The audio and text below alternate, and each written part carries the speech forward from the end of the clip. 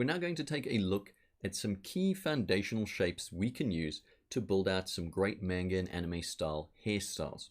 These do not represent all the possible options, but they do give you a solid foundation for building out a lot of hairstyles. So let's take a look at each of these elements one at a time, and we're going to build them out on this head model. So the first thing is that we want to keep in mind just a general use of lines themselves in our clumps. And typically these lines are used to give off a kind of a messy vibe. So let's get a basic hairstyle going here. Just get some big clumps down. We're going to add all of these elements to this particular hairstyle. So she's going to have kind of crazy hair, but we're going to start with something basic first. So when we just add single lines to the character's hair, it tends to make it look like their hair is scruffy or messy. So you can just add a line in here and there, and it gives it a little bit of a roughed up look. The next very popular shape is something called flicks. And effectively, flicks are banana-like types of shapes that have very sharp tapers on both ends. So instead of a look like this, we have this type of look where the flicks come in many shapes and sizes, and even can have super heavy weighting on one side and very thin on the other. And we can simply just add them to various ends of the hair. So we can just add a flick just like that. The important thing is to make sure that the flick tapers on both ends. You can add a flick to the top of her hair there, put in another little one here, and we can have one, we can actually turn this hair strand into a flick right here. And they're great for adding diversity into the hair as well. Don't use too many of them, it will look very messy, but you can really do some fun things, and there are a lot of anime and manga characters that have a big fringe flick, something like that, just popping right off just, you know, the fringe of the hair. So think about how you can use flicks dynamically. Next thing we're going to take a look at are swoops. And swoops really swoop over the hair. They usually have a space within them to indicate that they're swooping over the hair. So in a smaller version model here, we would have the hair kind of coming down like this maybe, and a piece of hair coming off the main piece of hair with a space in between. And you can have swoops running all around. So going right over the front to the back to the front. So in this instance, we're just going to add a crazy swoop to her hair. Let's add an outer swoop, something like that. Just reinforcing that main line there. And here we've got the space in between that swoop. And we'll have a swoop coming from the front of her hair. Let's just pull a random one here, going to the back of her hair. So flick-like in nature, although it doesn't have to be with the tapering ends. Got our space there. And then in addition, we can have overlaps. So this is not in terms of line overlaps, this is in terms of hair overlaps.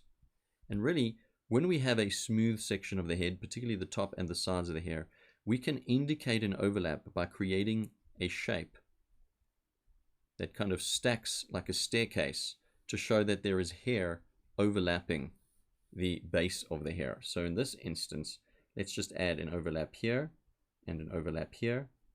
And you can see it's a very effective technique for building up volumes. And these hair overlaps here and here really sell the three-dimensionality of that. And you can do really awesome things with overlaps, including building plaits into them. We'll look at plaits in a moment. But it's a very, very cool technique, especially when used here at the root of the hair. You can just build in a few overlaps. Don't forget the fanning out nature of the hair clumps themselves. But you can see how effective the overlaps really are. Really cool tool. And number 5, we can do curls. And really what we're doing is we're just hinting at hair that has been physically curled in one way or another. And so we have to really think about what the shape of this is going to look like, because we're building out effectively a circular type of form that repeats.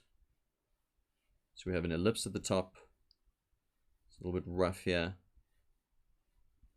and can build into smaller curls and eventually come out. So we can do these types of curls in many different ways, but effectively we're building things in terms of a spiral and then building hair forms based on the spiral design, making sure it's clear to the viewer where the overlaps are so they can have a good understanding of how the curls are actually occurring. And then for number 6, we can have plaits, or braids in a sense.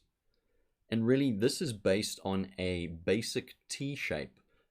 It can be quite tricky at first when you're trying to do it, but effectively we build out a T shape like so, and we keep building this T shape over and over and over, and you'll see how we can modify the edges of this to create a plait shape. So we can link these together like this, and we get a quite convincing looking plait design. Of course, there's many ways to do braids. You can group circles together in this type of fashion as well and just link them together. It depends obviously on the type of braid. Try to avoid doing something where you're putting X shapes in unless you're going to go on the edges and really define each of the hair clumps more in depth. But leaving them as X shapes really takes away any overlaps, becomes very tangenty, and it can look very flat. So definitely outline those X shapes. And here we can put in just a short braid here, and we can build our T shapes down.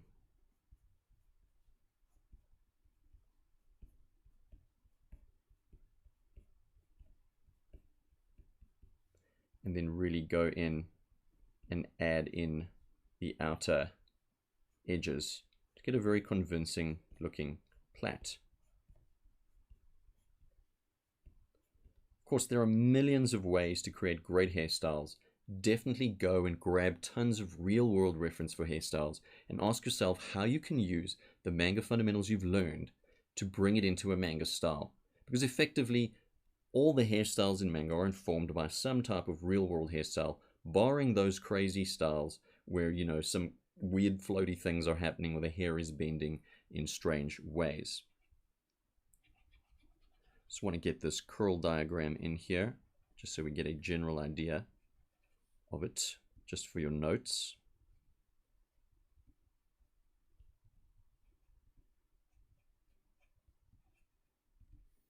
Now, in addition to all of this, when we're talking about generally drawing the lines of the hair, we can definitely take an approach of thinking about the curves of our lines. So I'm just going to take this sample and make it a little bit smaller.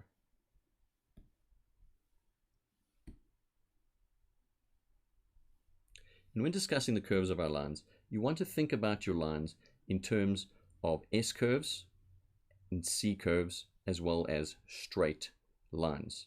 So when a character has more wavy hair, they may have flatter hair on the top, but as the hair comes down, it moves into S curves. And when you follow through with the S curves, you have very nice wavy hair. When you're using C curves, on the other hand, you have straighter types of hair. And a very common shape in manga style hair is to have a straight with a very weighted curve at the bottom, moving up into a tapering curve. So you can see there's a lot of weight and heaviness at the bottom of the hair strand here. And that is a very common shape to see. But of course, you can iterate and you can create your own types of hairstyles. Finally, something else we definitely need to touch on is that manga hair can sometimes do crazy things in terms of adding random straight lines into the curved nature of the hair. So for example, if this character were to have a crazy fringe coming out, it's entirely possible that it starts as a dead straight line and then comes out in a way like that. Right? We add the curve and we add the strands to that shape. And this is a common thing to see, where it adds a really nice stylistic edge to the hair design. In fact, you can use these straight edges in many places. So if we assume that her hair came up very round here, it wouldn't be odd to have a very straight line here before the hair rejoined as a curve here. Now this is of course bringing things into the more symbolic realm, into more of the abstract realm, but it's not unusual to see, and it can add a great stylistic edge to the work. And you will see in the upcoming demos, I've done long hair strands of a girl character that just have a lot of straight edges in them. So do look out for that. But don't be afraid to mix up your curves, your S curves, your C curves, and straights to create various types of hair designs. That's the end of this lesson, and I'll see you guys in the upcoming demos.